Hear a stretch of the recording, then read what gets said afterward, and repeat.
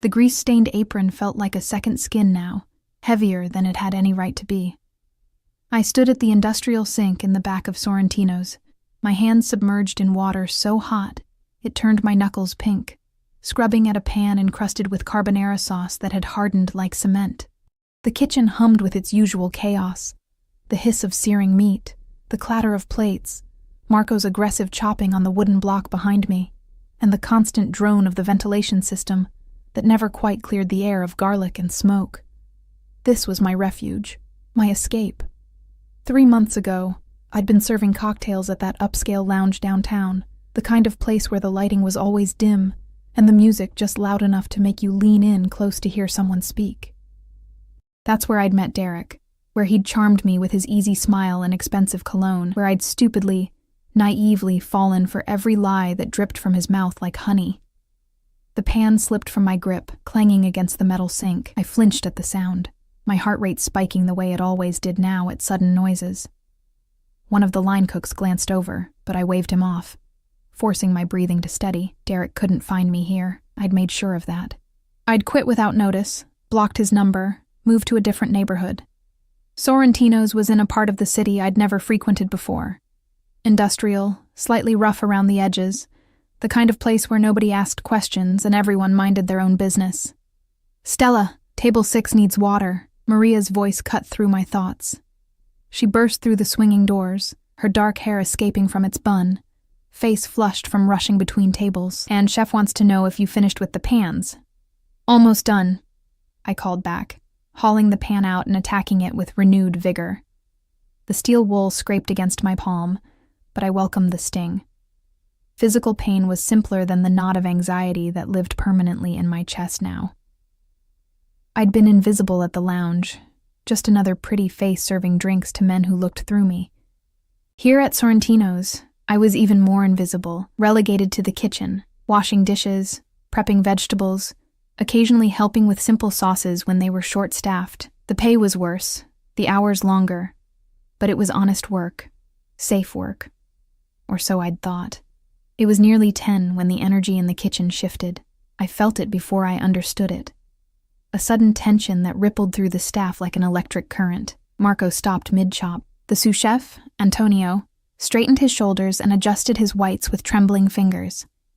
Even Chef Laurent, who usually barked orders with the authority of a general, lowered his voice to something approaching respectful.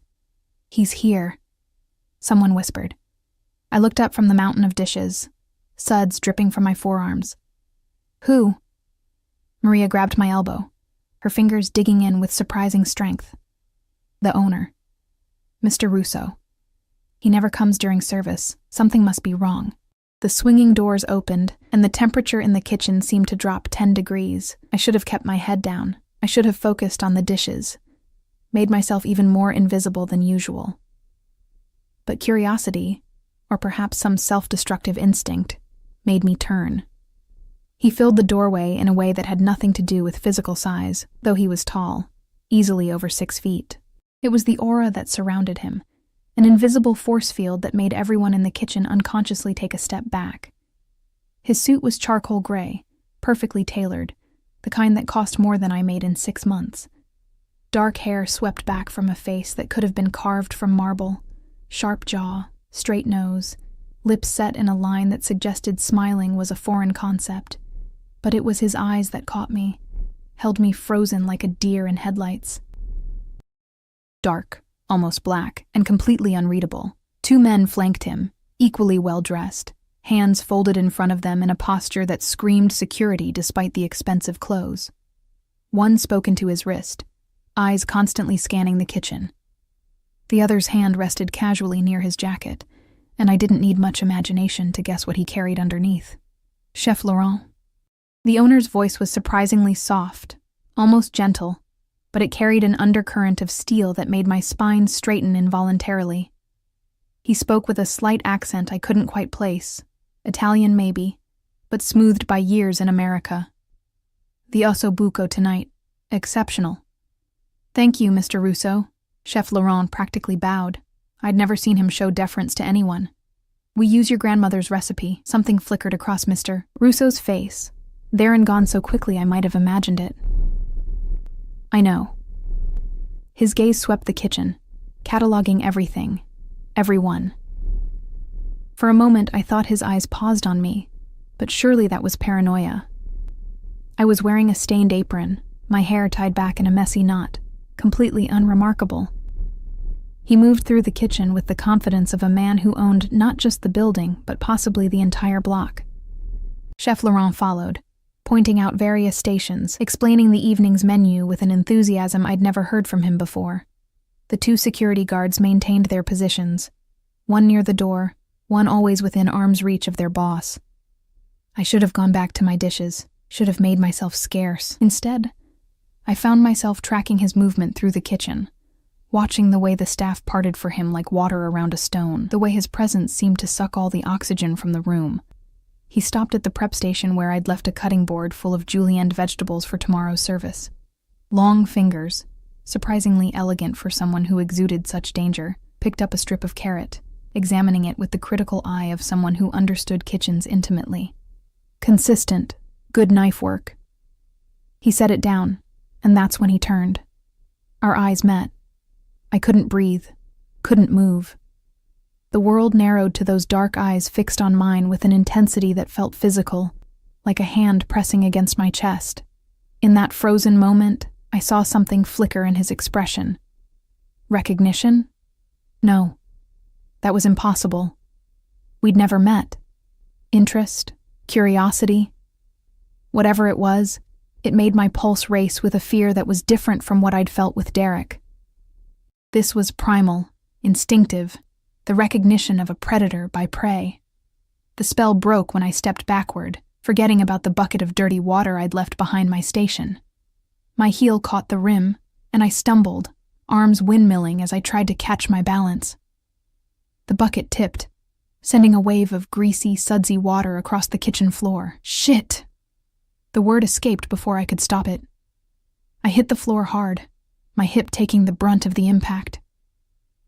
Pain radiated up my side, but it was nothing compared to the mortification flooding through me, of all the times to be clumsy, in front of the owner, in front of... Don't move! The voice came from directly above me. Mr. Russo had crossed the distance between us in seconds, silent despite his expensive leather shoes. He stood at the edge of the spreading puddle, one hand raised to stop his guards from approaching. The floor is slippery. You'll hurt yourself. I looked up at him from my ungraceful sprawl, and something in his expression made my breath catch. Concern? No, that couldn't be right. Men like him didn't concern themselves with dishwashers who couldn't watch where they were stepping. He extended a hand toward me. I stared at it, at the gold watch glinting at his wrist, at the faint scars across his knuckles that spoke of a violent past, at the signet ring on his pinky finger with a symbol I didn't recognize. I'm fine, I managed, though my voice came out embarrassingly small. I can get up. I'm sure you can. He didn't lower his hand. But you'll ruin your clothes further, and the water has spread. Take my hand, Miss Stella. Just Stella. I hesitated another moment before placing my hand in his. The contact was electric. His palm was warm, calloused in unexpected places.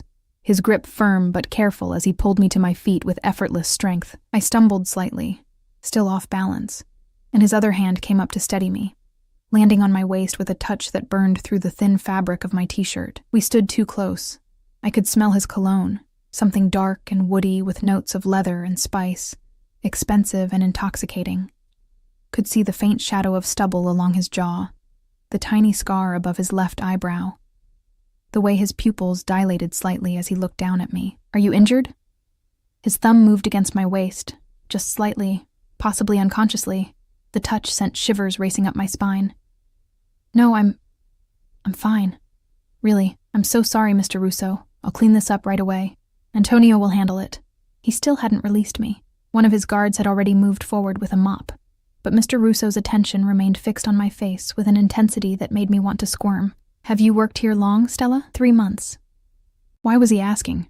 Why was he still touching me? And why wasn't I pulling away? 3 months. He repeated it like he was committing it to memory. And before that, the question felt loaded, dangerous. Different restaurant, downtown. Something flickered in his eyes. Interest, calculation, I couldn't tell. His hand finally dropped from my waist, but he didn't step back, maintaining the intimate distance between us. What made you leave? Because my ex-boyfriend turned out to be a criminal who threatened me when I tried to end things. Because I was running. Because I was scared. Better hours, I lied. The words felt thin, transparent, and from the slight narrowing of his eyes, I suspected he knew it. I see. He reached into his jacket, both guards tensed immediately, and pulled out a business card. Black with silver lettering. He held it out to me. If you ever need anything, Stella. Anything at all. My personal number is on the back. I took the card with shaking fingers, unable to form words. Why would the owner of the restaurant give me his personal number? This didn't make sense. Nothing about this interaction made sense. Mr. Russo, one of his guards said quietly. We have the meeting at 11. He nodded without looking away from me. Be careful, Stella. This neighborhood isn't always safe, especially for young women working late shifts. His hand rose, and for a moment I thought he might touch my face. But he seemed to think better of it, lowering it again. Make sure someone walks you to your car. I take the bus, I said automatically, then immediately regretted it. Why was I telling him this? His jaw tightened almost imperceptibly. Not anymore. Marco. He turned to the line cook, who straightened like a soldier called to attention. From now on, Stella gets a ride home. Every shift. Understood? Yes, Mr. Russo. I really don't need... It wasn't a request. He cut me off, his tone leaving no room for argument, then softened slightly. Please, indulge me. Then he was gone, his guards flanking him as he strode out of the kitchen, leaving behind only the lingering scent of his cologne and the business card burning in my hand like evidence of something I didn't understand. The kitchen erupted into whispered conversations the moment the door swung closed behind him. I stood frozen in the middle of the cleaned-up puddle, staring at the card. The front read simply, D. Russo, proprietor. The back had a phone number, handwritten in strong, decisive strokes. Maria appeared at my elbow, eyes wide. Stella, do you know who that was? The owner, you said. Not just the owner. She lowered her voice until I had to strain to hear. Dominic Russo. They say he controls half the city. They say people who cross him disappear. They say... Maria! Chef Laurent's sharp voice cut through her whispers. Back to work. She scurried away, but not before shooting me a look that mixed fear with something like pity. I should have thrown the card away, should have requested a transfer to day shift. Or better yet, quit entirely and found another restaurant, another neighborhood, put more distance between myself and whatever this was. Instead, I slipped the card into my pocket, where it rested against my hip like a brand. That night, Marco drove me home in his beat-up Honda, apologizing for the mess in the back seat, chattering nervously about nothing. I barely heard him. My mind was replaying every second of the encounter, every word, every look, every touch. When I finally made it to my tiny studio apartment, I locked the door behind me and leaned against it, my legs suddenly too weak to support me. I pulled out the business card, staring at the handwritten number in the dim light from my single lamp. The smart thing would be to forget this ever happened. To show up tomorrow, keep my head down, do my job, collect my paycheck, and stay invisible. But as I lay in bed that night, unable to sleep, all I could think about was the weight of his hand on my waist, the dark intensity of his eyes, and the way he'd said my name like he was tasting it, testing how it felt in his mouth. I didn't know it then, but my carefully constructed escape had just collapsed. I'd run from one danger straight into the arms of something far more deadly. The worst part? Some dark, reckless part of me wanted to run toward it instead of away. The nightmares started that night. I dreamed of Derek's hands around my throat. But when I looked up, it wasn't his face above me. It was Dominic Russo's, those dark eyes boring into mine with an intensity that felt like drowning. I woke gasping. Sheets tangled around my legs. The business card somehow clutched in my fist, though I'd left it on the nightstand. 3:17 a.m. The neon sign from the convenience store across the street cast red shadows across my ceiling. I lay there listening to the sounds of the city. Sirens in the distance. Someone shouting in the street below. The rhythmic drip of my leaky faucet. My hip throbbed where I'd hit the floor. A bruise already forming. A physical reminder that last night had been real. Work became a minefield. For the next week, I moved through the kitchen like a ghost, hyper-aware of every sound, every movement, waiting for him to appear again. He didn't. But his presence lingered like smoke. In the way Chef Laurent's standards somehow got even higher. In the expensive espresso machine that appeared in the break room, in the new security camera pointed at the back entrance where we took out the trash. "He's having the whole building upgraded," Maria whispered during our shared cigarette break. I didn't smoke, but I'd started joining her just to escape the suffocating tension inside. New locks, better lighting. Antonio heard him on the phone talking about unacceptable security risks. I thought about the way he'd looked at me, the warning about the neighborhood not being safe. A chill ran down my spine that had nothing to do with the October wind. Marco drove me home every night without fail, though he looked increasingly nervous about it, checking his mirrors obsessively, taking different routes. On the fourth night, I noticed the black SUV trailing us 3 cars back. On the fifth night, it was there again. "Marco," I said carefully, watching the vehicle in the side mirror. "Are we being followed?" His knuckles went white on the steering wheel. "Don't look at them directly. Who are they?" "Mr. Russo's people, making sure I actually take you home safe."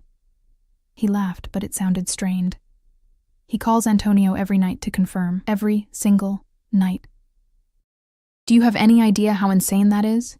He owns 6 restaurants, 3 clubs, God knows what else, and he's personally tracking whether his dishwasher gets home safe. I sank lower in my seat, that mixture of fear and something else. Something warm and dangerous, blooming in my chest. "I didn't ask for this. Doesn't matter what you asked for." Marco's voice was gentle but firm. "Stella, I like you. You're a good kid. But you need to understand something. Men like Dominic Russo don't do anything without a reason. If he's interested in you, he's not interested in me. He probably doesn't even remember." He remembers. Marco pulled up to my building, the SUV idling at the corner. Trust me. He remembers. The weekend shift came with its own chaos.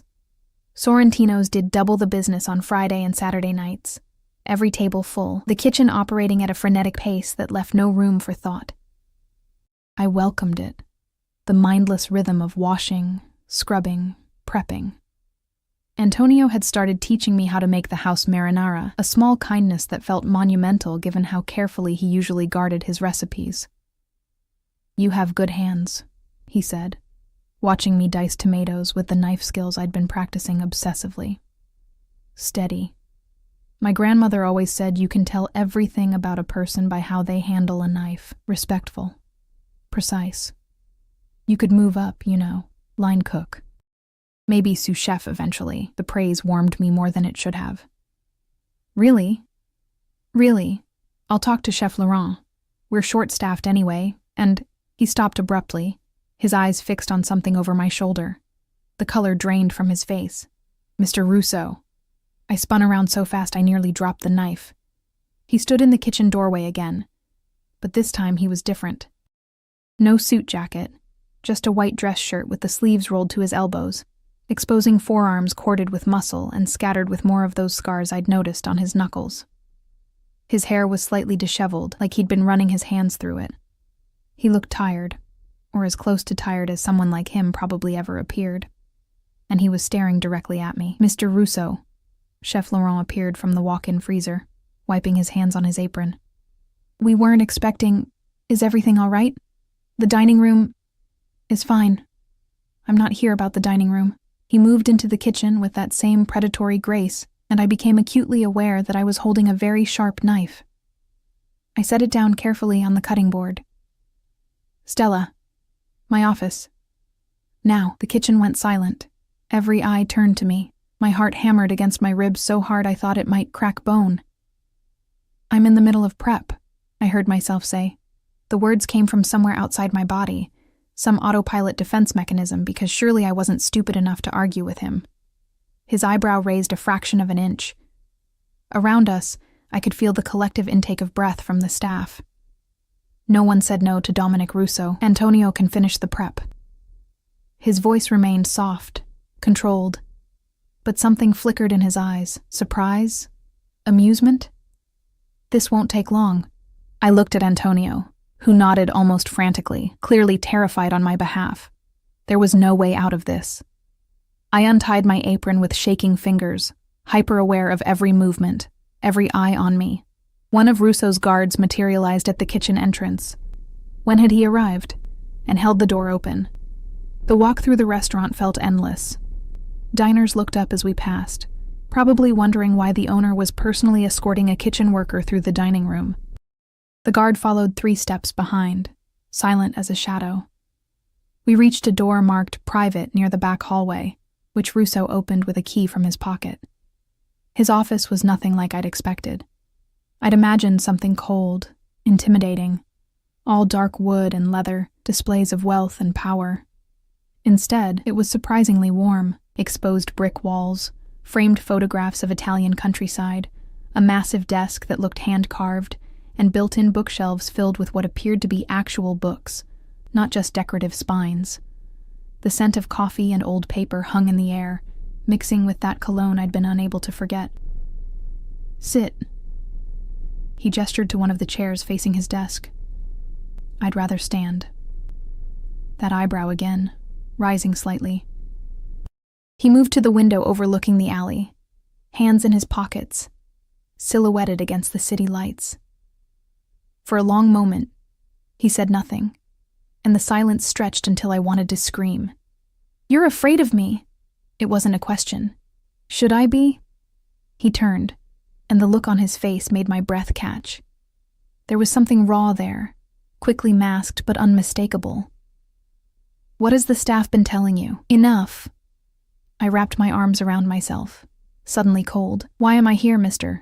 Russo? Dominic. He moved closer, and I fought the urge to back away. When we're alone, you call me Dominic. We shouldn't be alone. Probably not. Another step.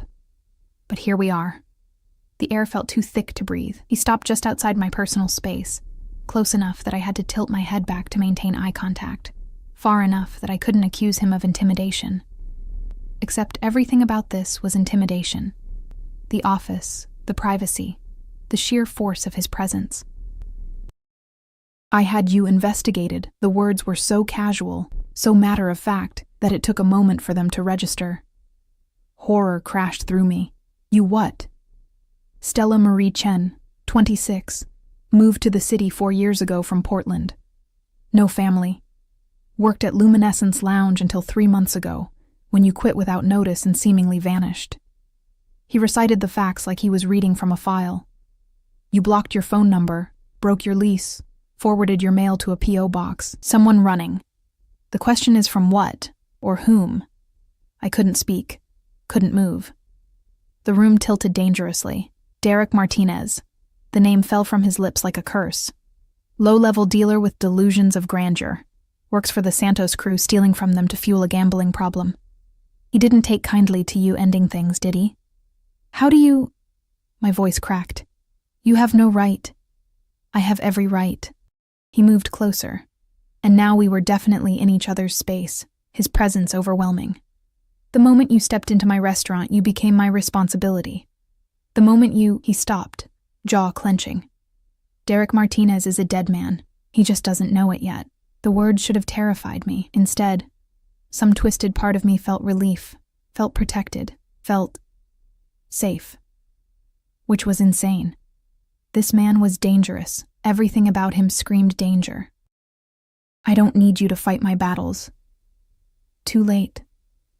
His hand rose, and this time he did touch my face, fingers gentle against my jaw, thumb brushing my cheekbone. The touch sent electricity racing through me.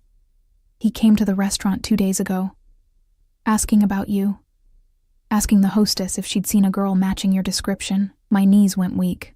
What did she tell him? Nothing. Because my people were there, because I made sure security knew to watch for anyone asking questions. His thumb traced a slow path to the corner of my mouth. He'll never get close to you again, I promise you that. Why? The word came out as barely a whisper. Why do you care? Something shifted in his expression, a crack in the controlled facade. Because from the moment I walked into that kitchen and saw you... He stopped, seeming to struggle with words for the first time.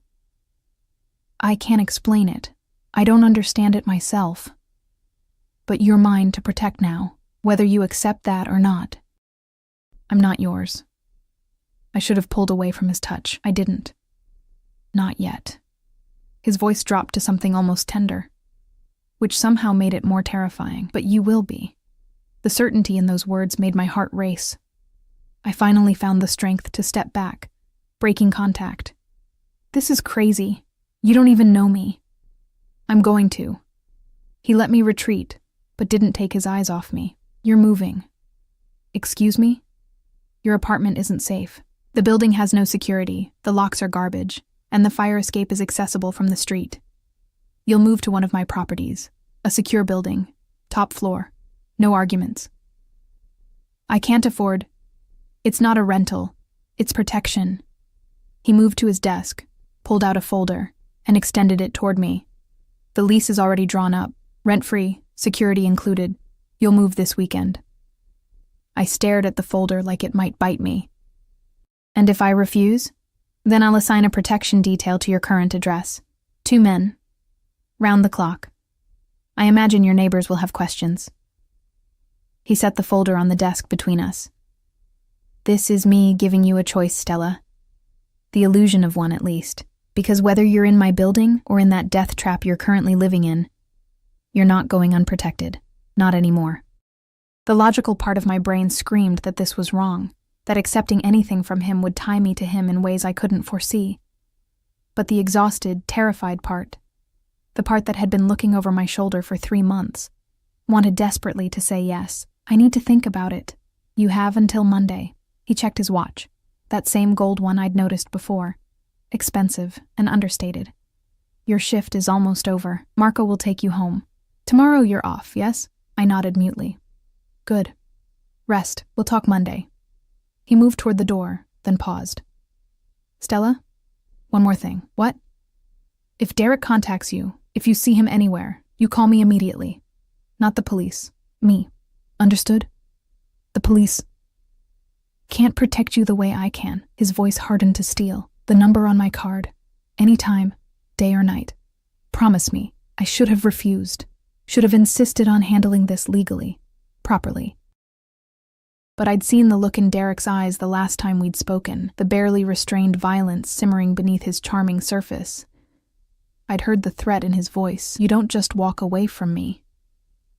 I promise, I whispered. Satisfaction flashed across Dominic's face. He opened the door, where his guard waited patiently in the hallway. Take her to the kitchen. Make sure Marco is ready to drive her home. The guard nodded. I moved toward the door, then stopped, looking back at Dominic. He stood framed by the window again, city lights creating a halo effect around him. Dangerous. Beautiful. Completely terrifying. Why me? I asked. There are dozens of women who work for you. Why do you care about me? For a long moment, I didn't think he'd answer. Then, because when I looked at you, for the first time in 15 years, I felt something other than anger. His voice was raw, unguarded. Because you looked at me like I was a man, not a monster. Because... He stopped, shook his head. Go home, Stella. We'll talk Monday. I left before I could do something stupid like cry, or worse, walk back to him. Marco was waiting by his car, nervously smoking a cigarette. The black SUV was already in position down the street. The drive home was silent. I clutched the folder to my chest like a shield, feeling the weight of the decision pressing down on me. When I finally made it inside my apartment, I locked the door, slid down to the floor, and opened the folder. The apartment was in a building I'd passed 100 times, one of those modern high-rises with doormen and security cameras and coded entry systems. The lease was indeed free, 12 months, with an option to extend. The unit was furnished, utilities included, parking spot in the underground garage. The address alone told me this was worth more monthly than I made in 6 months. There was a note paper-clipped to the lease, written in that same decisive handwriting. "You deserve to feel safe. Let me give you that." I read it 3 times, then pressed it against my chest, feeling something crack open inside me that I'd kept carefully locked away. This was insane. Accepting this would change everything. Would tie me to him in ways I couldn't begin to understand. But God help me. I wanted to say yes. Sunday. I spent the entire day pacing my tiny apartment, the folder open on my bed, the note clutched in my hand. I made lists of pros and cons. Called the one friend I had in the city, Sarah, who worked at a coffee shop and had no idea about my Derek situation. She'd squealed when I described the apartment. Called me crazy for hesitating. "A billionaire wants to put you up in a luxury apartment? Girl, what's the problem? He's not a billionaire. He's dangerous, connected, possibly a criminal. It's complicated. Is he hot?" I thought about those dark eyes, those scarred hands, the way he'd touched my face like I was something precious. Yes. Then it's not complicated. Say yes. If only it were that simple. Monday morning, I woke to my phone buzzing. Unknown number. My heart rate spiked. Derek? But when I answered, it was a woman's voice, professional and cool. "Miss Chen, this is Sophia Moretti, Mr. Russo's assistant. He'd like to see you today at 2 p.m. if you're available. I can send a car." I looked at the clock. 9:30 a.m. Yes, okay. Wonderful. The car will be there at 1:45. Please bring the lease if you've made a decision. A pause. "He's hoping you've made the right one." She hung up before I could respond. The car arrived exactly on time. A sleek black sedan with tinted windows, driven by a man who introduced himself as Thomas and spoke with a slight Russian accent. He opened the door for me, waited until I was settled before closing it gently. We didn't go to the restaurant. Instead, we drove to the waterfront, to a building that made my breath catch. Glass and steel, modern architecture that gleamed in the afternoon sun. Thomas parked in an underground garage that required 2 separate security clearances, then escorted me to a private elevator that required a key card. "Penthouse," he said simply, inserting the card. My stomach dropped as the elevator rose. This wasn't just an apartment showing. This was something else entirely. The doors opened directly into the apartment. No hallway, no shared spaces. Just straight into a living room that was bigger than my entire current place, with floor-to-ceiling windows overlooking the harbor. The afternoon light poured in, making the hardwood floors glow like honey. Dominic stood by the windows, hands in his pockets, wearing dark slacks and a black sweater that should have made him look casual, but somehow just emphasized the coiled danger in his frame. He turned when he heard the elevator, and something in his expression made my heart skip. "You came," he said, and there was relief in his voice. "You sent a very persuasive assistant." A ghost of a smile touched his lips. "Sophia is efficient." He gestured around the apartment. "What do you think?" I turned slowly, taking it in. The open kitchen with marble countertops and professional-grade appliances. The dining area with a table that could seat 8. The hallway that presumably led to bedrooms. Everything was decorated in warm neutrals, modern but not cold, expensive but not ostentatious. "It's beautiful," I admitted. "It's also too much." "Come, let me show you the rest." I followed him down the hallway, hyper-aware of how alone we were. Thomas had stayed in the elevator. There were no guards visible, though I suspected they were close. Dominic opened doors as we passed. A home office, a guest bedroom, a bathroom with a tub the size of my current kitchen. The master bedroom was at the end of the hall, and when he opened that door, I understood why he'd saved it for last. More floor-to-ceiling windows, a king-sized bed with white linens that looked impossibly soft, and a walk-in closet that was already partially filled with clothes. "I took the liberty," he said, watching my reaction. "Based on your size from your work uniforms. If anything doesn't fit or isn't to your taste, Sophia can arrange exchanges." I moved to the closet, running my hands over fabrics that felt like liquid silk, designer labels I recognized from magazine ads, dresses, slacks, sweaters, even pajamas. Shoes lined the bottom rack, heels, flats, boots, all in my size.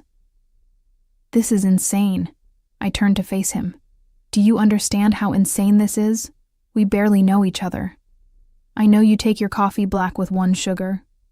I know you hum while you work, always the same song, something classical. I haven't identified it yet. I know you're left-handed, but you've trained yourself to use your right for most tasks. I know you flinch at sudden movements and check the exits whenever you enter a room. I know someone hurt you, made you afraid, and I know— His voice dropped to something fierce. That I will burn the world down before I let anyone hurt you again. The intensity in his words, in his eyes, stole my breath. This wasn't normal. This wasn't how people behaved after knowing each other for a week. This was obsession, possession, something dark and consuming that should have sent me running. Why? I whispered. Tell me why. And don't give me that line about feeling something. I need the truth. He moved closer, and I let him, drawn by some magnetic pull I couldn't resist. When he reached for my hand, I didn't pull away. His thumb traced circles on my palm, the touch sending shivers up my arm. 3 years ago, he said quietly, I lost someone I should have protected. I was too late, too blind, too caught up in business to see what was happening right in front of me. And when I finally realized, he stopped, jaw clenching. I swore I'd never let that happen again. That if I ever felt that pull toward someone, that need to protect, to possess, to keep safe, I wouldn't hesitate. I wouldn't question it. I'd act. What happened to them? I asked, though part of me wasn't sure I wanted to know. My sister. The words were rough, painful. Her husband was stealing from the family. When she found out, when she threatened to tell me, he killed her. Made it look like an accident. By the time I learned the truth, she was already gone. Oh God. Dominic, I killed him. He said it flatly, matter of fact, slowly. And I've spent every day since wondering what I missed, what signs I ignored. So when I walked into that kitchen and saw you, saw that fear in your eyes, that exhaustion, that determination to be invisible, I recognized it, because I'd seen it before and ignored it. I won't make that mistake again. I should have been horrified. He'd just confessed to murder. Instead, I felt tears burning my eyes, felt something in my chest crack wide open. I'm not your sister, I said gently. You can't save her by saving me, I know. His free hand came up to cup my face, thumb catching a tear that spilled over. But maybe I can save you, and maybe that's enough. We stood there in the bedroom with its impossible luxury, the city sprawling beneath us through the windows. 2 broken people reaching for something neither of us fully understood. When he leaned down, giving me every opportunity to pull away, I didn't. The kiss was soft at first, questioning, his lips gentle against mine, but when I responded, when my hands fisted in his sweater and pulled him closer, something unleashed. He backed me against the wall, his body caging mine, the kiss deepening into something desperate and consuming. I tasted coffee and mint, felt the scrape of stubble against my skin, drowned in the scent of his cologne and something underneath that was purely him. When we finally broke apart, both breathing hard, his forehead rested against mine. Stay, he whispered. Move in. Let me keep you safe, please. I knew what I should say, knew this was too fast, too intense, too dangerous. But Derek was out there looking for me. And here was someone offering protection, offering safety, offering something that felt terrifyingly like care. Okay, I breathed. Okay, I'll stay. The smile that broke across his face transformed him, made him look younger, almost vulnerable. You won't regret this.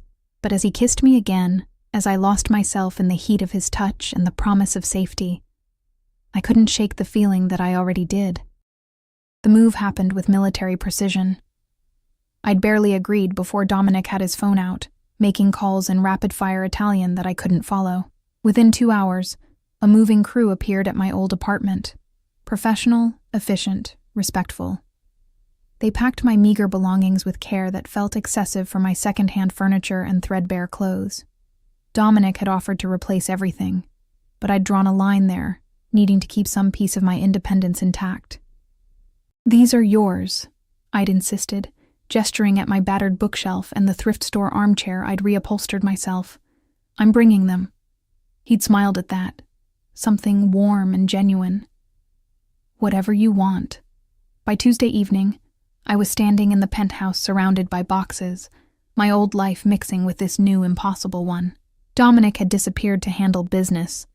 A word I was learning covered a multitude of activities I probably shouldn't ask about, leaving me with Sophia, his assistant, who turned out to be a tiny woman in her 50s with sharp eyes and an even sharper wit. "Mr. Russo has asked me to provide you with credit cards and access codes," she said, handing me a folder that was becoming a theme in my life. Building security, parking garage, the gym on the 10th floor. "There's also a car registered in your name in spot 4A. "A car?" I stared at her. "I don't need a car. Mr. Russo disagrees. He doesn't want you taking public transportation." She softened slightly. "Humor him. He's protective, so I'm noticing." She studied me for a moment, something calculating in her expression. "In the 15 years I've worked for him, I've never seen him bring a woman to any of his properties. Never seen him make calls personally about security details. Never seen him," she paused, choosing her words carefully, "care about someone the way he clearly cares about you. I don't know what your intentions are, Miss Chen, but I hope they're sincere. He's been through enough." The weight of that statement settled over me. "I'm not trying to take advantage. I didn't suggest you were, but you should know what you're getting into. Dominic Russo doesn't do anything halfway. If he's decided you're important to him, you're important. That comes with protection, yes, but it also comes with expectations, with danger, with a life that most people can't handle." She handed me one more card, black, heavy, with just a number embossed on it. "This is for emergencies. It reaches him directly, no matter what he's doing. Use it wisely." After she left, I stood in the massive living room, holding the emergency card, feeling the weight of what I'd agreed to settle over me like a cloak. The sun was setting over the harbor, painting the sky in shades of orange and pink that seemed too beautiful for the complicated mess my life had become. My phone buzzed. "Dominic. Settling in? Need anything?" I smiled despite myself, just unpacking. "The view is incredible. Wait until you see it at night. I'll bring dinner." 8 p.m.? I should have said no. Should have established boundaries, kept some distance. Instead, okay. He arrived exactly at 8, armed with bags from an Italian restaurant I recognized as one of the most expensive in the city. No guards this time, though I suspected they were somewhere nearby. He'd changed into jeans and a fitted black t-shirt that showed off the kind of build that didn't come from a gym membership but from actual physical work. "I didn't know what you liked," he said, unpacking container after container. "So I got everything. There was enough food for 6 people. Homemade pasta, braciole, risotto, 3 different salads, fresh bread still warm from the oven. We ate at the dining table, the one that could seat 8, just the 2 of us at one end. The conversation flowed easier than I'd expected. He asked about my life before the city, about my parents who'd died in a car accident when I was 20, about my abandoned dreams of culinary school. "You could still go," he said, refilling my wine glass. "If that's what you want. On a dishwasher's salary? Not likely. You're not just a dishwasher anymore. Antonio tells me you have talent. Real talent." He leaned back, studying me. "And money isn't an issue. I could..." "No." I cut him off gently but firmly. "I appreciate everything you've done, truly. But I need to earn things myself. I need to feel like I'm not just kept." Something flickered in his eyes. Respect, maybe. "I understand. But the offer stands. When you're ready." He paused. "Tell me about Derek. How did you meet him?" The question sent ice through my veins. "I'd rather not. I need to know what I'm dealing with, please." I set down my fork. Appetite gone. He came into the lounge where I worked. Charming, funny, generous with tips. Asked me out for weeks before I finally said yes. The memories tasted bitter. For 2 months, it was perfect. He was attentive, romantic. Then I started noticing things, the way he'd disappear for days without explanation, the phone calls he'd take in another room, the men who'd show up at his apartment at odd hours. Dominic's jaw tightened, but he stayed silent, letting me continue. When I asked him about it, he laughed it off, said I was paranoid. But then I saw money, Dominic. Stacks of it, just sitting in his closet, and drugs, cocaine, pills, things I couldn't identify. When I tried to end it, I stopped, the memory making my throat close up. He what? His voice was deadly quiet. He grabbed me, shoved me against the wall, told me I didn't get to leave, that I belonged to him now, that if I tried to run, he'd find me. I touched my throat unconsciously, remembering the pressure of his fingers. He said he had connections, that no matter where I went in this city, he'd know. That's when I realized I had to disappear completely. Dominic stood so abruptly his chair scraped against the floor. He moved to the windows, hands clenched into fists, the muscles in his shoulders rigid with barely controlled rage. For a long moment, he didn't speak, and when he did, his voice was rough. He put his hands on you. Yes. He threatened you. Yes. He turned, and the look on his face made my breath catch. This wasn't the controlled businessman or the charming dinner companion. This was something primal, dangerous, the man beneath the carefully maintained facade. Stella, I need you to understand something. Derek Martinez is a dead man. He just doesn't know it yet. But before he dies, he's going to suffer. He's going to know exactly what it feels like to be powerless, to be afraid, and he's going to know it's because he touched what's mine. I should have been horrified by the casual way he talked about murder.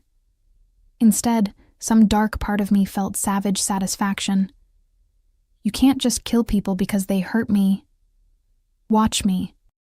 He moved back to the table, kneeling beside my chair so we were eye level. His hands framed my face, gentle despite the violence simmering in his eyes. You're under my protection now. That means anyone who's hurt you, anyone who's threatened you, answers to me. This isn't negotiable. Dominic, say you understand. His thumbs traced my cheekbones. Say you understand that you're safe now, that you never have to be afraid of him again. The intensity of his gaze held me captive. I understand. Good. He pressed a kiss to my forehead, lingering there. I have to go. Business. But I'm posting a guard in the building. His name is Luca, former Special Forces. If you need anything at all, he's outside apartment 2901, 2 floors down. That's not necessary. It is to me. He stood, helping me to my feet. Get some rest. Tomorrow you're back at work. Antonio's promoting you to prep cook. Better hours, better pay. My eyes widened. He is? I suggested it. He agreed you're ready. A hint of that smile. Any objections? I had dozens, but looking at him, at the care and concern in his eyes, the protective fury still simmering beneath the surface, I found myself shaking my head. No objections. Smart girl. He kissed me again, this time on the lips, slow and thorough, before pulling away. Lock the door behind me. I'll call you tomorrow. After he left, I did lock the door, then leaned against it, trying to process everything. My new apartment. My new job. This man who'd entered my life like a hurricane and seemed determined to rebuild it, according to his specifications. It should have felt suffocating. Instead, for the first time in months, I felt like I could breathe. Work the next day was different in every way. Antonio greeted me with a rare smile and a new uniform, chef's whites instead of the stained apron and t-shirt I'd worn before. He stationed me at a prep area with a mountain of vegetables and detailed instructions for the evening's specials. You mess up, you tell me immediately, he said. No hiding mistakes. Understood? Yes, chef. And Stella? He lowered his voice. Whatever's happening between you and Mr. Russo, be careful. He's a good man. Better than people think. But his world is dangerous. Don't get pulled in deeper than you can handle. Too late, I thought, but didn't say. The rhythm of prep work was meditative. Julienning carrots with precision, mincing garlic until my fingers smelled like it, reducing stock until it reached the perfect consistency. Maria stopped by during her break, eyes wide. You moved up, she said, impressed. In 3 months. That never happens. I got lucky. Luck. She laughed. Is that what we're calling it? She leaned closer. Word is you're seeing Mr. Russo. Is it true? I kept my eyes on the cutting board. It's complicated. Everything about him is complicated. But Stella, she hesitated. Be careful. Men like him don't have normal relationships. They have possessions. Make sure you know which one you are. Her words echoed in my head for the rest of the shift. Was I a possession to Dominic? The apartment, the clothes, the job, they certainly felt like the trappings of ownership.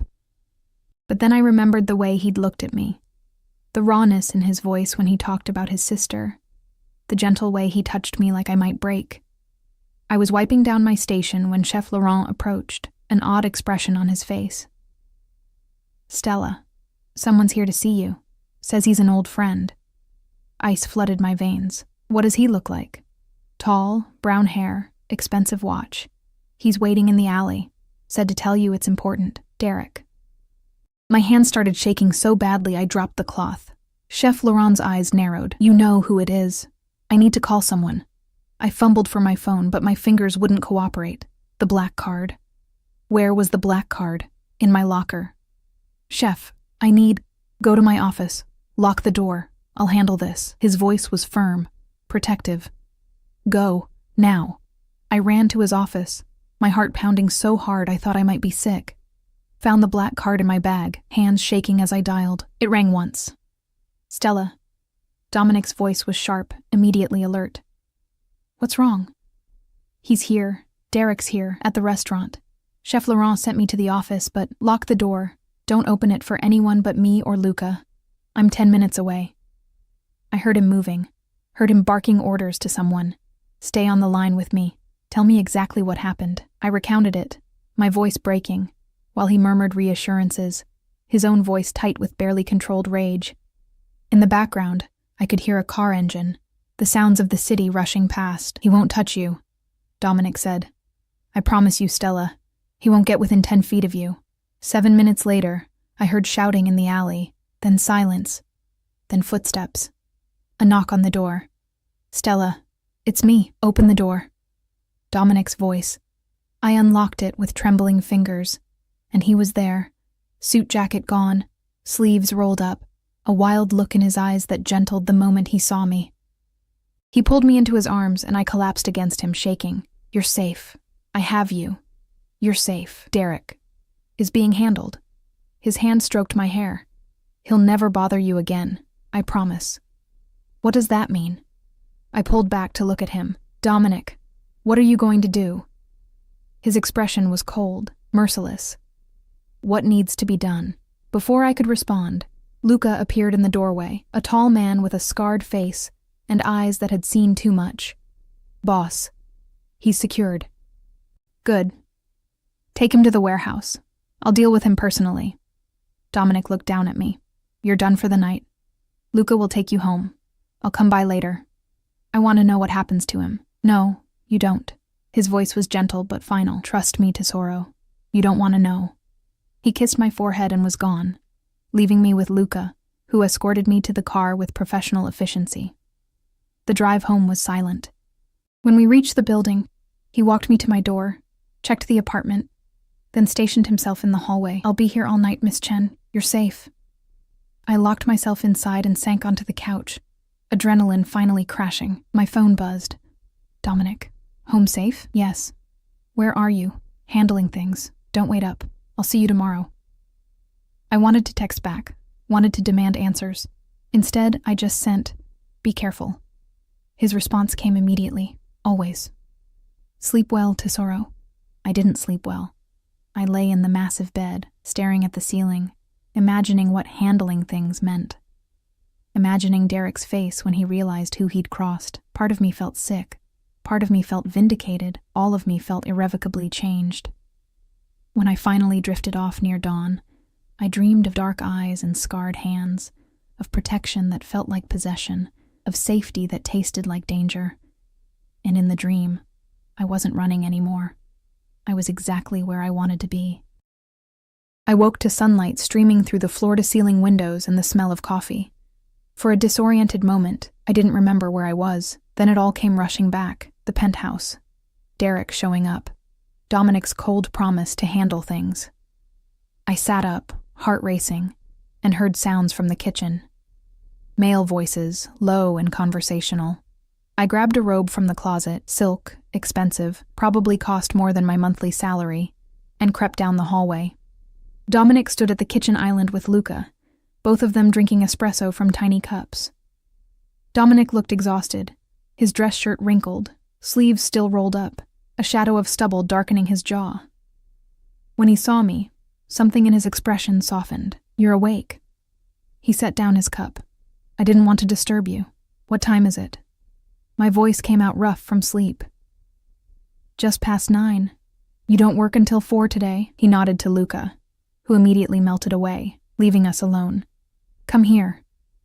I moved to him, and he pulled me against his chest, arms wrapping around me with a possessiveness that should have alarmed me, but instead made me feel safe. He smelled like smoke, an expensive cologne, and when I pulled back to look at him, I saw bruises forming on his knuckles. "Derek," I whispered. "Won't be bothering you anymore." His voice was flat, emotionless. "Or anyone else." I touched his damaged hand gently. "Is he alive? For now. Depending on what the Santos crew decides to do when they find out he's been skimming their money." Dominic caught my hand, pressing a kiss to my palm. He confessed everything. The threats. The violence. Even showed me pictures he'd taken of you without your knowledge. Following you to work. To your apartment. Planning when to make his move. Nausea rolled through me. Pictures? Destroyed. Along with his phone, his computer, every trace of you he'd collected. His jaw clenched. I made sure he understood what happens to men who hurt what's mine. He won't forget that lesson. You didn't kill him. It was half statement, half question. No, though I wanted to. His thumb traced circles on my wrist, but I realized dying would be too easy. Living with fear, with the knowledge that I'm watching him, that one wrong move means I finish what I started. That's a better punishment. He'll spend every day looking over his shoulder, the way you had to. Seems fair, doesn't it? It was twisted logic, vigilante justice that bypassed every legal system. I should have been horrified. Instead, I felt a dark satisfaction settle in my chest. "Yes," I admitted, "it does." He pulled me closer, his forehead resting against mine. "I need you to understand something, Stella. This is who I am, what I do. The restaurant is legitimate, yes, but the rest." He paused, choosing words carefully. "I operate in gray areas. I protect my interests, my people, with whatever means necessary.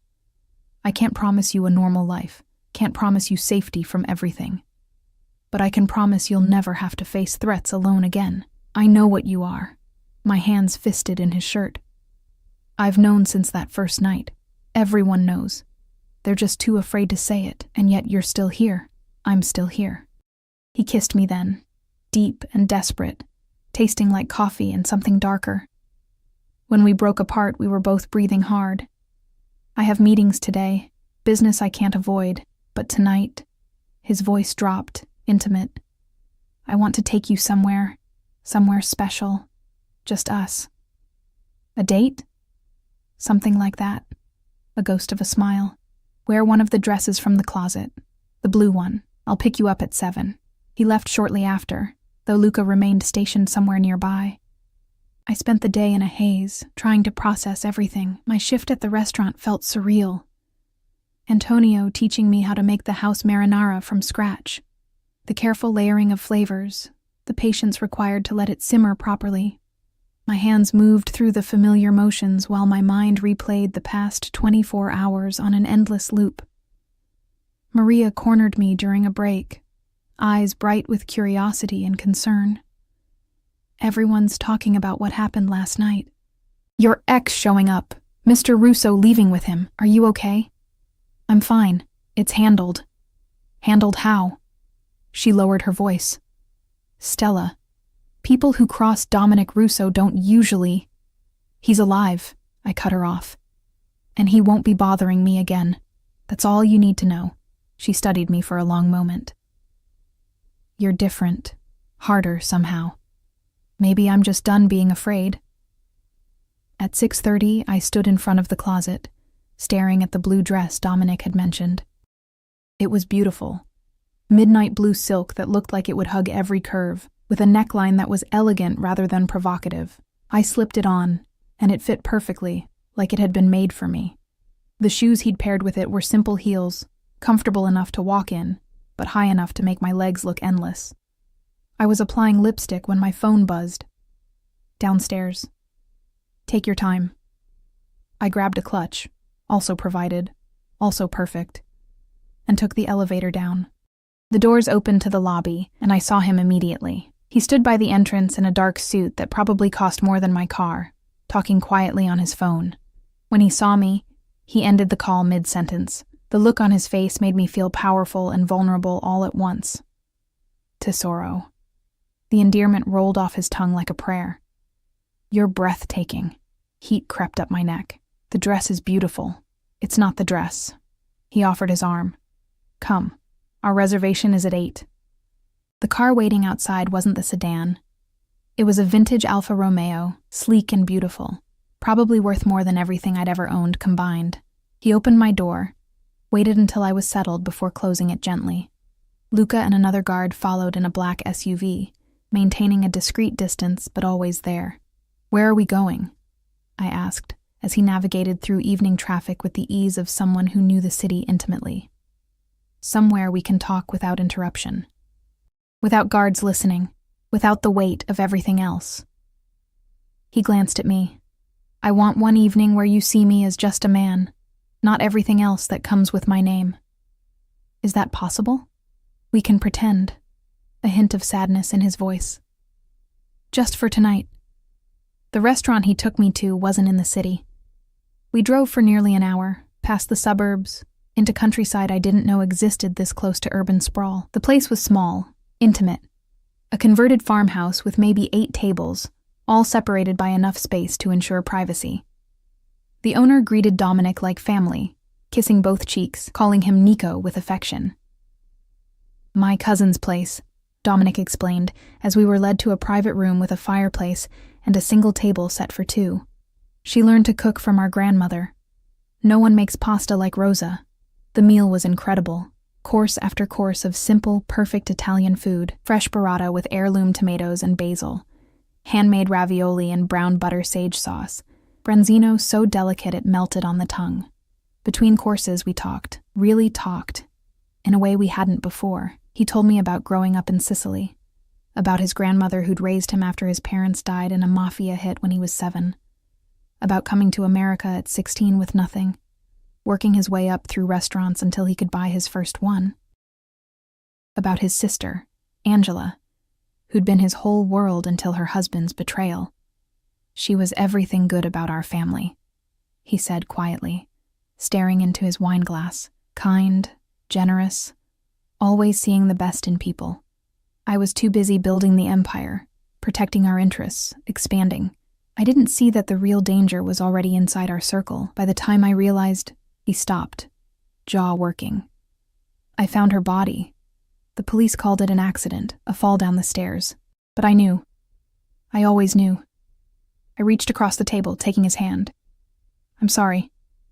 After that, I changed. Became harder, more suspicious, built walls around myself that no one could penetrate. Trusted no one completely. His eyes met mine. Until you. Me? We barely know each other. I know enough. His thumb traced patterns on my palm. I know you're stronger than you think. I know you've been hurt but haven't let it make you cruel. I know when you smile, really smile, not the fake one you give customers. Your whole face lights up. I know you hum Vivaldi's Winter when you're concentrating. I know you take your coffee black because you can't afford the fancy drinks, but you tell people it's preference. I know, his voice dropped, intimate, that you make me want to be the man you see when you look at me, instead of the monster everyone else sees. Tears burned my eyes. I don't see a monster. You should. He stood, moving to my side of the table, kneeling beside my chair. I've killed people, Stella. Not in war, not in self-defense. I've ordered deaths, carried them out myself when necessary. I've built my empire on fear and blood and violence. You should be terrified of me, but I'm not. I cupped his face, feeling the scratch of stubble against my palms. You know why? Because every terrible thing you've done for a reason, to protect your family, to maintain order, to keep people like Derek from hurting innocent people. You're not cruel for cruelty's sake. You're not a monster.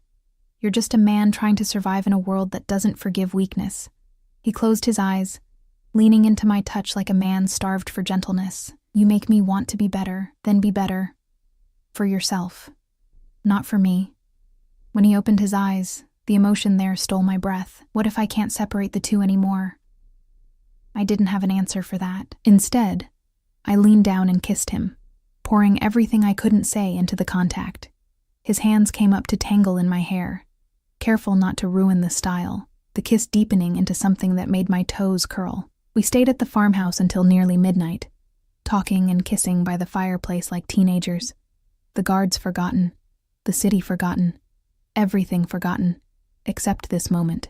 When we finally left, he drove slower on the way back, like he was reluctant for the evening to end. Come upstairs, I said when we pulled into the building's garage. Stay. His hands tightened on the steering wheel. Stella, I'm not asking for promises. I'm not asking for forever. I'm asking for tonight. I met his eyes in the dim light. Stay with me tonight. For a moment, I thought he'd refuse. Thought he'd give me some noble speech about taking things slow, about not taking advantage.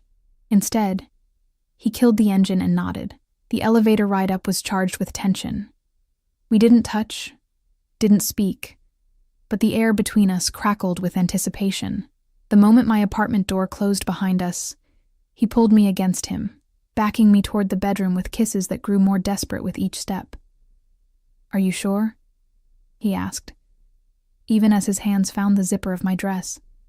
Because once I have you, Stella, I won't want to let you go, ever. I'm sure. I pulled at his jacket, his tie, needing to feel skin. I've never been more sure of anything. What happened next was tender and fierce, gentle and consuming. He worshipped every inch of my skin like I was something precious, something sacred. Whispered Italian words I didn't understand but felt in my bones, made me feel cherished and desired and safe in ways I'd never experienced. When we finally came together, it felt less like sex and more like claiming, like sealing a promise we'd both been dancing around since that first night in the kitchen. Afterward, we lay tangled together, my head on his chest, his fingers tracing lazy patterns on my spine. The city lights painted shadows across the ceiling, and for the first time in months, maybe years, I felt completely at peace. I love you. The words slipped out before I could stop them, raw and honest and terrifying. His hand stilled on my back. For a moment, the silence stretched so long I wanted to take it back, to laugh it off as post-orgasmic nonsense. Then, I've loved you since the moment you fell in that kitchen and looked at me like I was just a man offering help, not a god to be feared or a monster to avoid. His voice was rough with emotion. I've loved you through every fight you put up against my protection, every stubborn refusal to let me buy you things, every moment you chose to see the best in me despite knowing the worst. I love your strength and your vulnerability, your kindness and your fire. I love... He tilted my face up to his. Everything about you, Stella Chen. And I will spend the rest of my life keeping you safe, keeping you happy, keeping you mine. I kissed him, tasting salt. Mine or his, I couldn't tell. No more running. No more running, he agreed. You're home now, with me, where you belong. We made love again, slower this time, savoring every touch, every kiss, every whispered word. And when I finally fell asleep in his arms, I didn't dream of fear or shadows or danger. I dreamed of dark eyes that saw me, scarred hands that held me gently, and a future that looked nothing like I'd planned, but everything like I'd secretly hoped for. The monster had become my sanctuary. The danger had become my safety, and I'd never been happier. The next 3 months passed in a blur of contradictions that somehow made perfect sense. By day, I worked at Sorrentino's, my skills growing under Antonio's patient tutelage until Chef Laurent started letting me work the line during service. The adrenaline rush of cooking during the dinner rush, the precision required, the artistry. It awakened something in me I hadn't known was sleeping. Dominic watched from the kitchen doorway sometimes, arms crossed, a small smile playing at his lips as he observed me plate dishes with growing confidence. By night, I lived in a world of silk sheets and security details, of dinners at exclusive restaurants and quiet evenings on the penthouse balcony watching the city lights. Dominic was generous but never condescending, protective but respectful of the boundaries I set. He taught me Italian over morning espresso, laughed at my terrible pronunciation, kissed away my frustration when I couldn't roll my R's properly. "You're trying too hard, tesoro." He'd murmur against my lips, let it flow naturally, but the darkness was always there, lurking at the edges of our bubble. The late-night phone calls he took in his office with the door closed, the meetings with men who had hard eyes and expensive suits, the nights he came home with bruised knuckles and blood on his shirt that wasn't his own. I learned not to ask questions, learned to tend his wounds in silence, to hold him when the nightmares came, to be his peace in a world of violence. It was late January when everything shifted again. I was prepping for the evening service, lost in the rhythm of Brunoise cutting onions when Sophia appeared in the kitchen.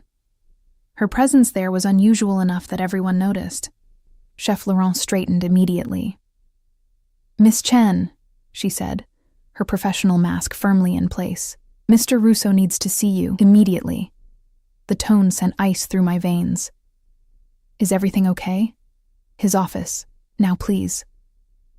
I untied my apron with shaking hands, mind racing through possibilities. Had something happened? Was he hurt? The walk through the restaurant felt endless. Every eye on me, whispers starting before I'd even left the kitchen.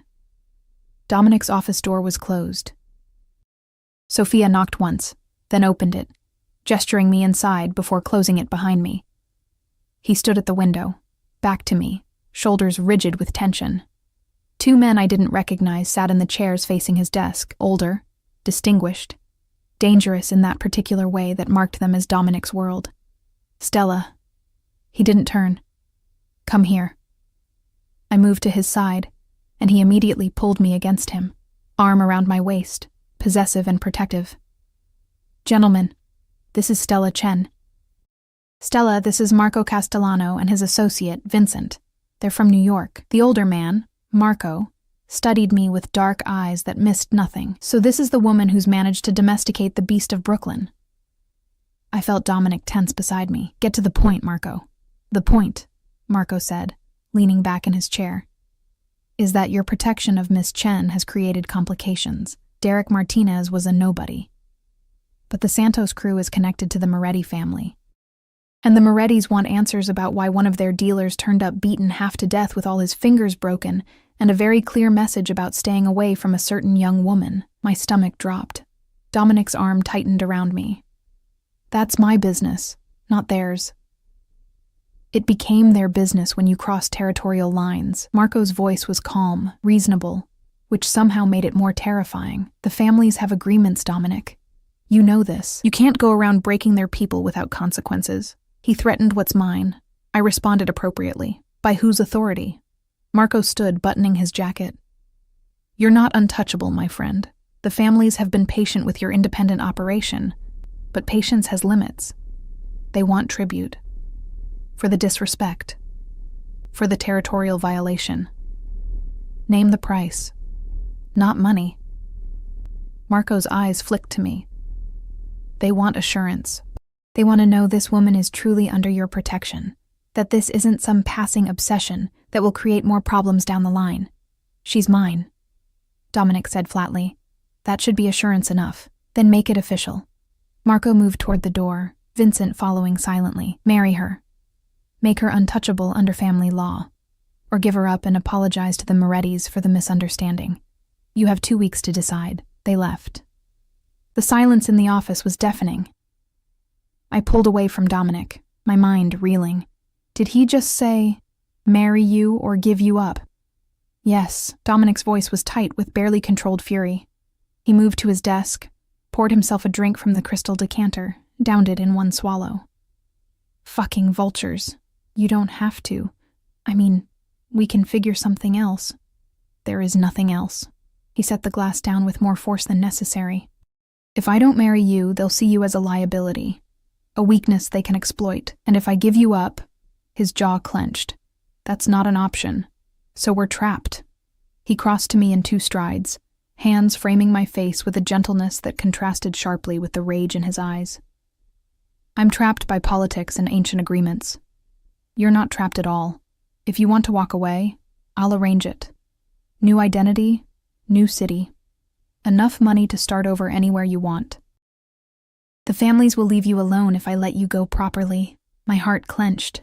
Is that what you want? What I want, he said roughly, is to keep you safe, to keep you mine, to wake up every morning with you in my arms, and fall asleep every night knowing you're protected. What I want is to make you my wife, not because some family demands it, but because I can't imagine my life without you in it. His thumbs traced my cheekbones. But I won't trap you. Won't force you into this world deeper than you already are. So the choice is yours, Tesoro. Always yours. I thought about the past 3 months. The fear I'd felt giving way to trust, the way he'd never tried to change me, only protect me. The gentleness beneath the violence, the honor beneath the darkness. I thought about morning espresso and Italian lessons, about the way he held me after nightmares, about how he looked at me like I was the only thing in the world worth protecting. Ask me, I whispered. His eyes searched mine. Stella, ask me properly. Understanding dawned in his expression, followed by something raw and vulnerable. He sank to one knee, still holding my face, looking up at me with such open emotion it stole my breath. Stella Marie Chen, you walked into my life covered in grease and fear, and you changed everything. You made me remember what it feels like to hope, to care about something more than power and revenge. You see the man I want to be instead of the monster I've become. You're my light in the darkness, my peace in the chaos, my reason for everything. His voice cracked slightly. Will you marry me? Not because the families demand it, not because of politics or protection, but because I love you more than I thought I was capable of loving anyone, because I want to spend the rest of my life earning the trust you've given me. Because you're already my wife in every way that matters, and I want to make it official. Tears streamed down my face. You're sure? This is what you want? I've never been more sure of anything. Then yes. I pulled him to his feet, kissing him through my tears. Yes, I'll marry you. I love you. God help me. I love you. He kissed me like I was oxygen and he'd been drowning, deep and desperate and full of promise. When we finally broke apart, he pulled a box from his pocket, black velvet, worn at the edges. This was my grandmother's, he said, opening it to reveal a ring that made me gasp. An emerald surrounded by diamonds, vintage and beautiful. She gave it to me before she died. Told me to give it to a woman who could handle the weight of what our family is, a woman with strength and fire and a good heart. He slipped it onto my finger, a perfect fit. She would have loved you. I stared at the ring, at this man kneeling before me, at the life I was choosing with full knowledge of what it meant. When? As soon as possible. A week, if you're willing. Small ceremony, just close family and associates. Unless you want something bigger. Small is perfect. I didn't have family to invite anyway. But Dominic, I need to know, is this really what you want? Or are you doing this because they're forcing your hand? He stood, pulling me flush against him. If they'd never made their demands, I would have asked you anyway. Maybe not this soon, maybe I would have courted you properly for a year first. But the end result would have been the same. You, wearing my ring. You, taking my name. You, mine in every way possible. His hand slid into my hair, tilting my head back. The families just accelerated my timeline. What if I can't handle it? What if... Then we figure it out together. He kissed my forehead, my cheeks, my lips. I'm not asking you to become someone else, Stella. I'm asking you to be exactly who you are, at my side, for the rest of our lives. The wedding happened 6 days later. Sophia had worked miracles, arranging everything with military efficiency. The ceremony took place in a small church in Little Italy. the same one where Dominic's grandmother had been baptized 80 years ago. I wore a simple white dress from a designer boutique, elegant and understated, with my hair swept up and Dominic's grandmother's pearl earrings complementing the ring. Maria and Antonio stood as witnesses, both looking terrified and proud in equal measure. The church was filled with men in expensive suits, and their elegant wives, all watching with careful, assessing eyes as I walked down the aisle to where Dominic waited. He looked devastating in a black tuxedo, his hair perfectly styled, but it was his eyes that held me, full of such open love and possessive pride that I forgot to be nervous. When I reached him, he took my hand, bringing it to his lips. "Bellissima," he murmured. "My beautiful wife." The ceremony was traditional Catholic, performed by a priest who'd known Dominic's family for decades. When we exchanged vows, his voice was steady and sure, but I felt his hand tremble slightly in mine. "I, Dominic Alessandro Russo, take you, Stella Marie Chen, to be my wife. I promise to protect you, cherish you, and love you for all the days of my life. I promise to be the man you deserve, to honor the trust you've placed in me, to give you everything I have and everything I am. From this moment, until my last breath, you are mine, and I am yours." My own vows were simpler, but no less heartfelt.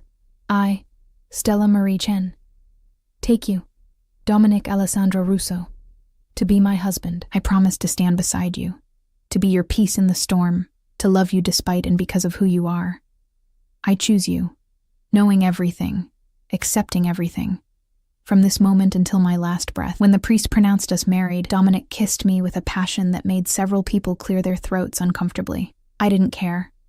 In that moment, in that church, surrounded by dangerous men and their knowing smiles, I felt safer than I'd ever felt in my life. The reception was held at Sorrentino's, which had been transformed into something magical. Flowers everywhere, candles on every surface, the whole restaurant reserved for the celebration. Chef Laurent had outdone himself with the food, course after course of exquisite Italian dishes that had guests murmuring appreciation. Marco Castellano approached us during dinner, raising his glass. "To the happy couple, may your union bring peace and prosperity to all the families."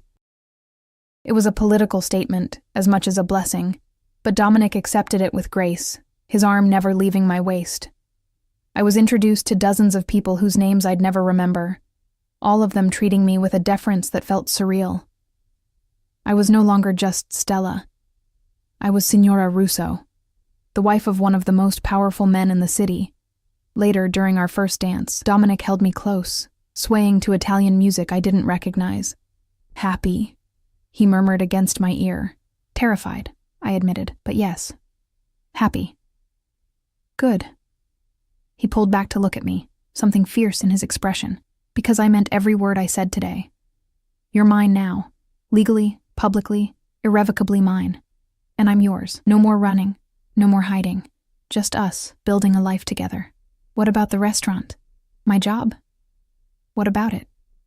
He smiled. "You think marrying me means you have to give up cooking?" "Tesoro, I fell in love with you in a kitchen. I want you to have everything you want. Culinary school, your own restaurant eventually if that's your dream, whatever makes you happy.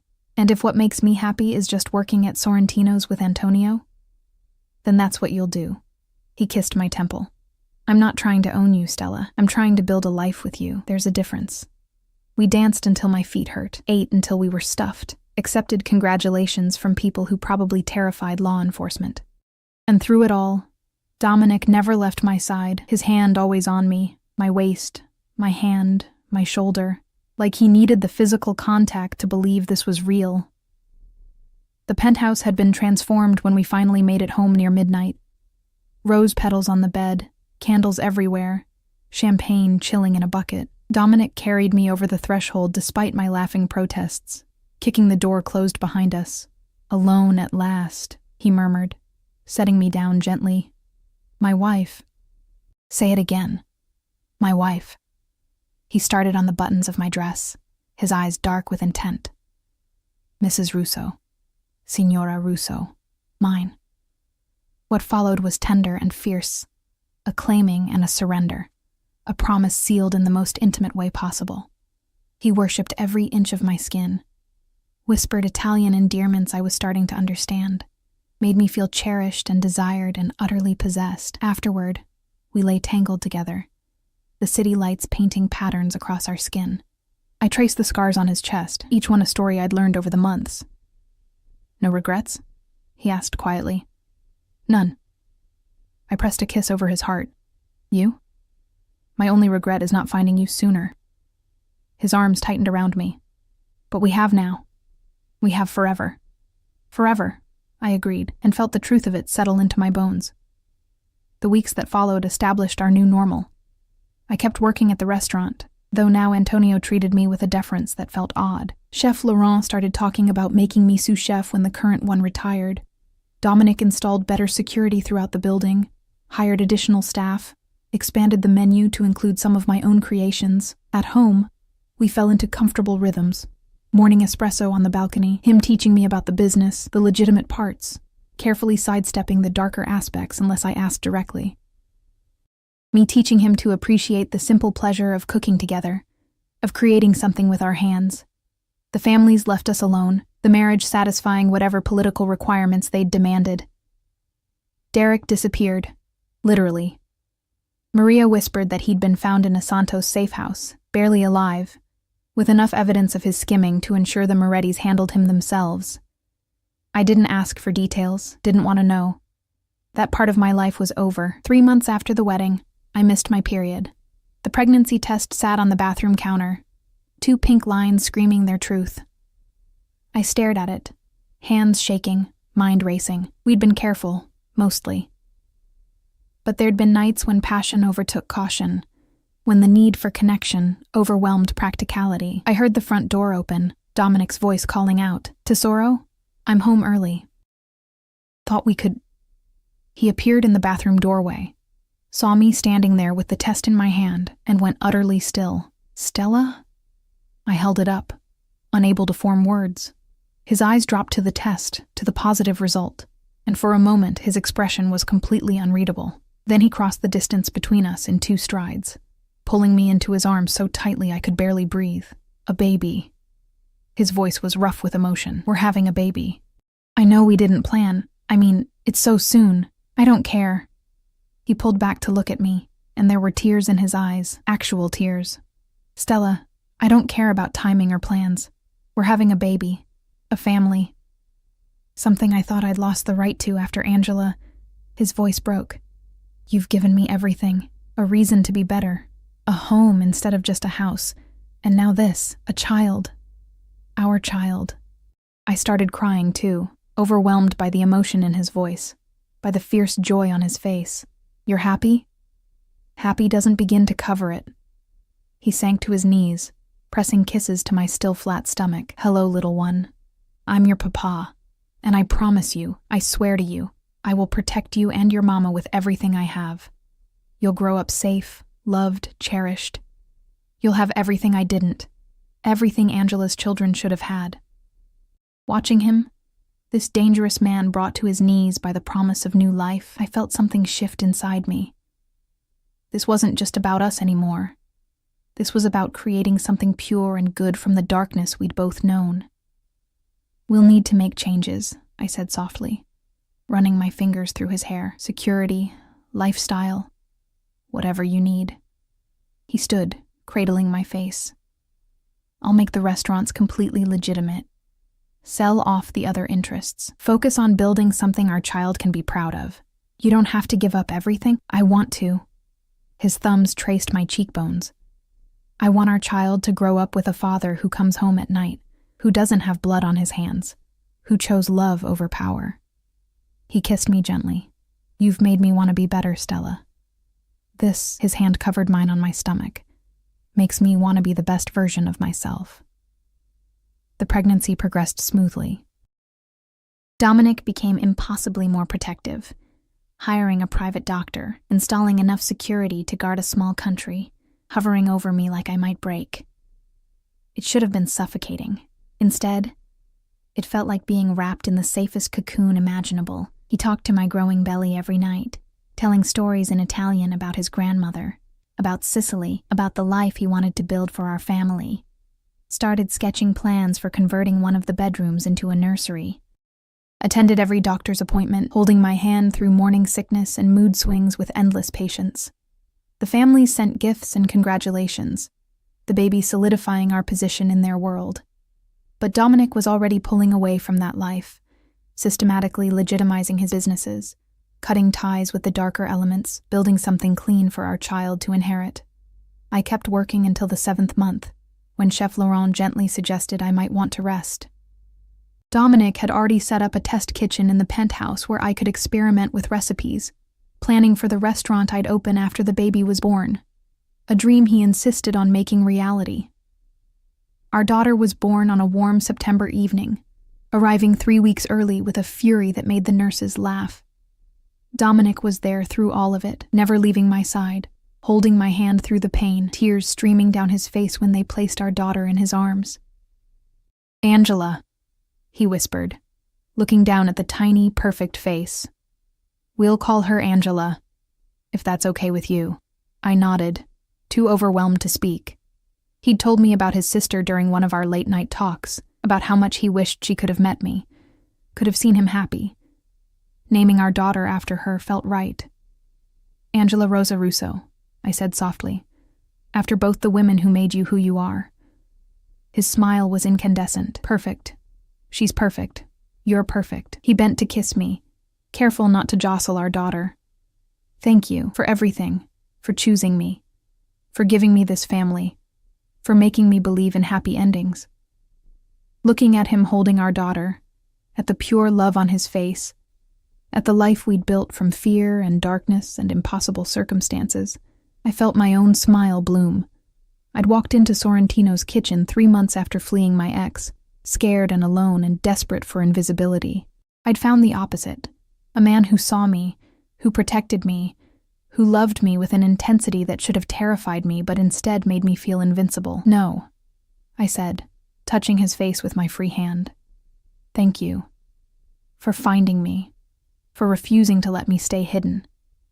For giving me everything I didn't know I needed. Always," he promised. Our daughter sleeping peacefully between us. "For the rest of our lives, Tesoro, you're stuck with me now." "Good," I whispered. "Because I'm not going anywhere, and I meant it." The girl who'd run from danger had stopped running. She'd found her home in the arms of the most dangerous man in the city. Found safety in his protection, love in his possession, peace in his fierce devotion. The Mafia boss and the dishwasher, the monster and his light, the protector and the protected. We were unlikely. We were impossible. We were perfect. And as I watched the sun set over our city through the hospital window, our daughter sleeping peacefully in her father's arms, I knew with absolute certainty that this was exactly where I was meant to be. Home, safe, loved, forever.